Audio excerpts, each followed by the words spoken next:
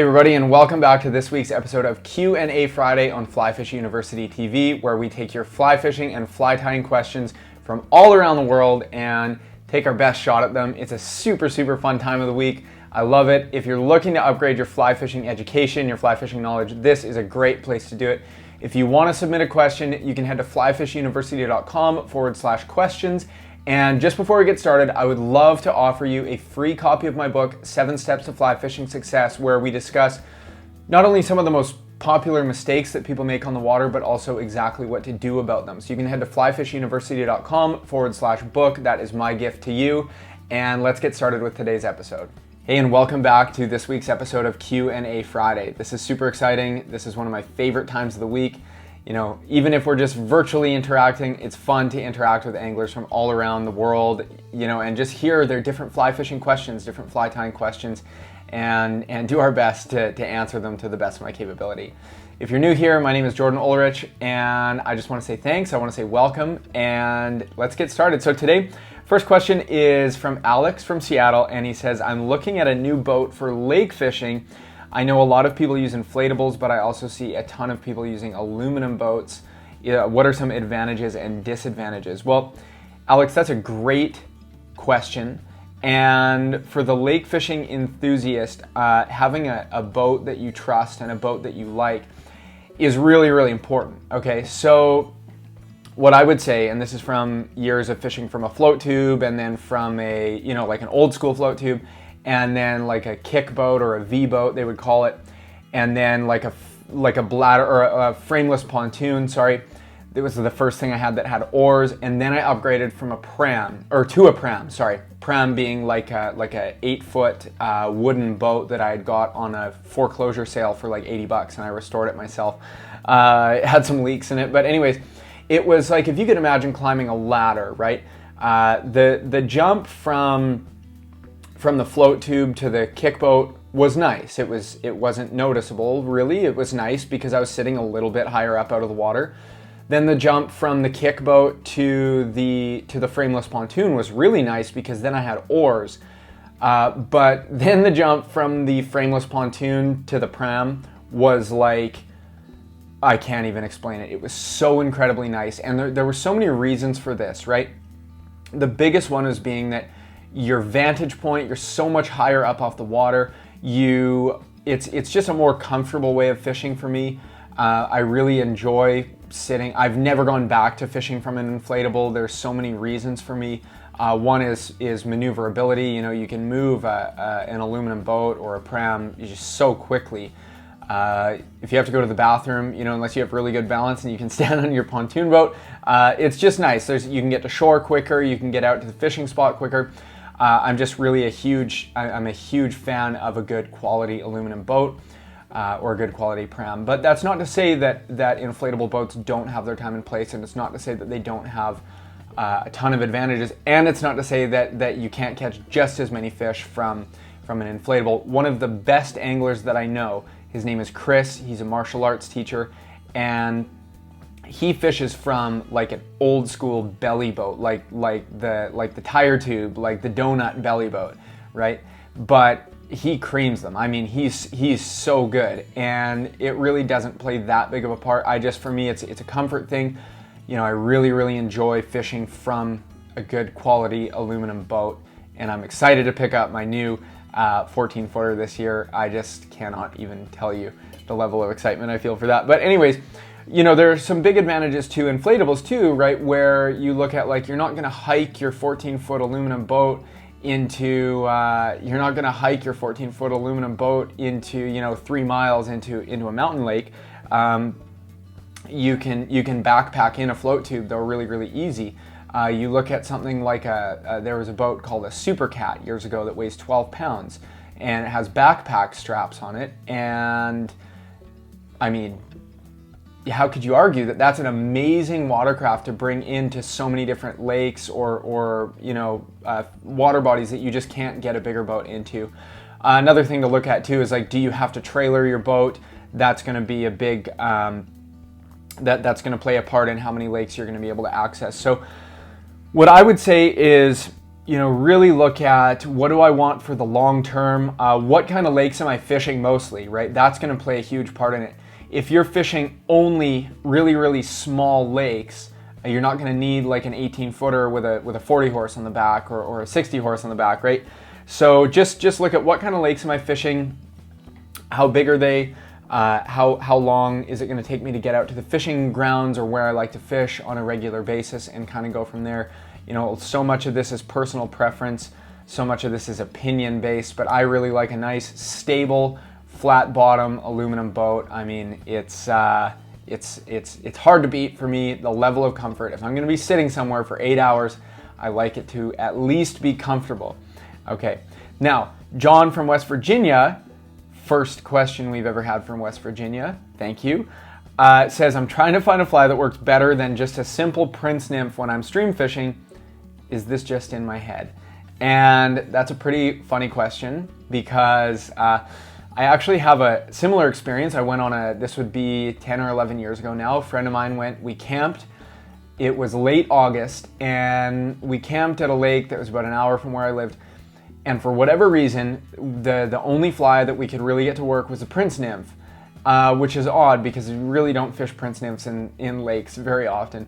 But anyways, we were fishing a Prince Nymph, and we only had one of them. So what we would do is, like, one person we didn't know how to do anything but troll. One person would kick around in the belly boat and catch nothing with whatever fly they wanted to put on. The person with the Prince Nymph would be just creaming them.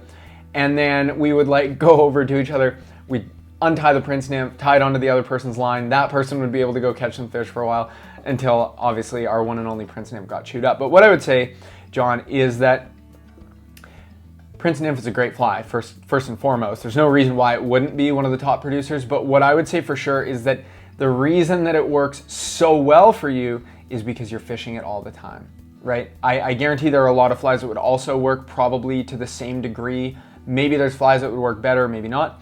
But I would say that the level of confidence that you have in the Prince Nymph is so high that that's why it works so well for you all the time. Not to mention that it is an awesome fly. But you're just going to fish, when you have a lot of confidence in the fly, you're going to fish it a lot differently. You're going to fish it a lot more diligently. You're going to leave it in the zone. You're going to fish it, with just a lot more of a convincing manner rather than fishing. There's nothing worse than fishing a fly that you just don't believe in. That's why I'm a huge fan of fishing a smaller number of flies with an incredible amount of confidence. Okay, last one. Sam from Portland says, I love this question. I haven't caught a steelhead on the swing yet. I feel like I'm doing everything right, but it's so hard to resist going back to my float rod. How do I stick with it? Well, first things first is that you're not alone in not or having a difficult time catching steelhead on the fly. It's steelhead, they're like permit. They're just not an easy fish to catch a lot of on the fly. I think that they're a pretty bitey fish, depending on water conditions. I think they're a pretty aggressive fish, but they're not a very easy fish to find, depending where you're fishing. Right, the rivers that you fish might have a lot more steelhead than a lot of the rivers that I fish. But what I would say is that the first one is the hardest, and then you basically just each and every trip you just start weeding out things that you used to do that don't really work that well.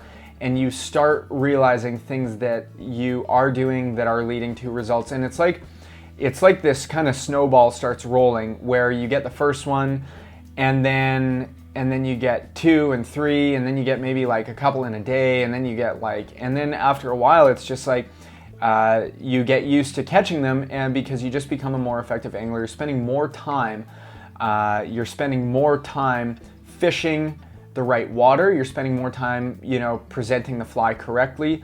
But when it comes down to resisting the temptation to grab your float rod, okay, I am a unabashed, unapologetic gear fisherman from time to time. And one thing that I love is float fishing for winter steelhead. For some reason, for me, I like getting my center pin and my float set up out, but mostly because I like to catch fish. But what I would say is that if you want to resist the temptation, don't bring it. Okay, I've shared a story of fishing the Thompson River. I did a whole trip. I always wanted to get a steelhead on the dry fly. I never did end up getting one on the dry on that river, But I had friends that would do it. They were really, really good at this, right? And one in particular, his name is Steve Morrow, probably one of the best steelhead anglers that I know. He was always getting them on the dry because he's always fishing it, right? It's hard to catch them on the dry fly when you're always swinging intruders and sink tips. So what I did one trip was I just didn't bring anything but my Scandi lines, my mid belly, my few tapered leaders, and a box of dry flies. That was it. And what would usually happen was I'd make a few casts with the dry fly. I'd go, well, see, I knew this wouldn't work, and I'd go back and I'd catch one on a wet fly. But after a while, I realized, well, I'm not getting one on the dry because I'm not fishing the dry fly. And, I knew that it was just, there was a part of me that was like, oh, it's such a waiting game. It's going to take so long. Why even bother, right? So I think this is probably what's happening with the float rod, because I've done this many times. I'll fish my fly rod for steelhead, in the dead of winter for 2 days, and I won't catch anything. And then I'll go out and get 2 or 3 on the float rod on, some silly pink worm or something. And I'll be like, wow, this is fun. It's easy. I'm catching fish. But one thing is, just don't bring it. If you don't want to fish it, you can't fish it if it's not in the boat. You can't fish it if it's not in your truck. But another thing is too, start really paying attention to what water you're fishing with the float rod where you're catching a lot of fish, and how could you go back and fish it with a swung fly? Could you go back and fish it with a swung fly? There's just some water that doesn't cater to swinging a fly, right? There's just some the water's too fast, it's too deep, it's too bouldery, too many little nooks and crannies and slots, pocket water and stuff. Just doesn't really cater to swinging a fly. So there's nothing wrong with that. Just start when you go through a run, look at could I fish this with a fly? Notice where in the run you're picking fish up. And, I would say that I learned to fly fish for steelhead way before I learned to gear fish for them. And gear fishing for them ultimately makes me better at catching them on the fly, because you start to learn a lot more about how they behave, where they like to live, how they move, how they eat, all these different things when you're giving them different presentations. So, and it gets your confidence up, and hey, it's nice to put your hands on a fish sometimes. So don't beat yourself up for not catching one on the fly. I remember going a very long time in between steelhead on the fly, especially in the wintertime. Winter steelhead coming in sexually mature, very, very cold water, has an extreme dulling effect on their senses, but and their willingness to eat. But summer run steelhead, totally different ball game. Much more willing fish, much more surface-oriented fish, warmer water, sexually immature fish coming in, and just a lot of times they're pretty bitey. So, and last thing I'd say, Sam, go with a guide. I can't even say how important this is. Go with a guide, and you'll learn probably more in one day than you'll learn in 3 years doing it on your own. So anyways, I hope that this episode was great. I hope that it was informative, and I hope that it was valuable for you. Love doing Q&A Friday. Again, if you want to submit a question, you can go to flyfishuniversity.com/questions. And again, I'd love to offer you a free copy of my book, 7 Steps to Fly Fishing Success, especially if you're starting out in fly fishing, you don't really know what you're doing, and it's a bit intimidating. We've all been there. It goes away, but you got to get the right information right off the bat. Okay, so you can head to flyfishuniversity.com/book. I'm so excited about this, and I will see you on Wednesday's episode. Have a great weekend.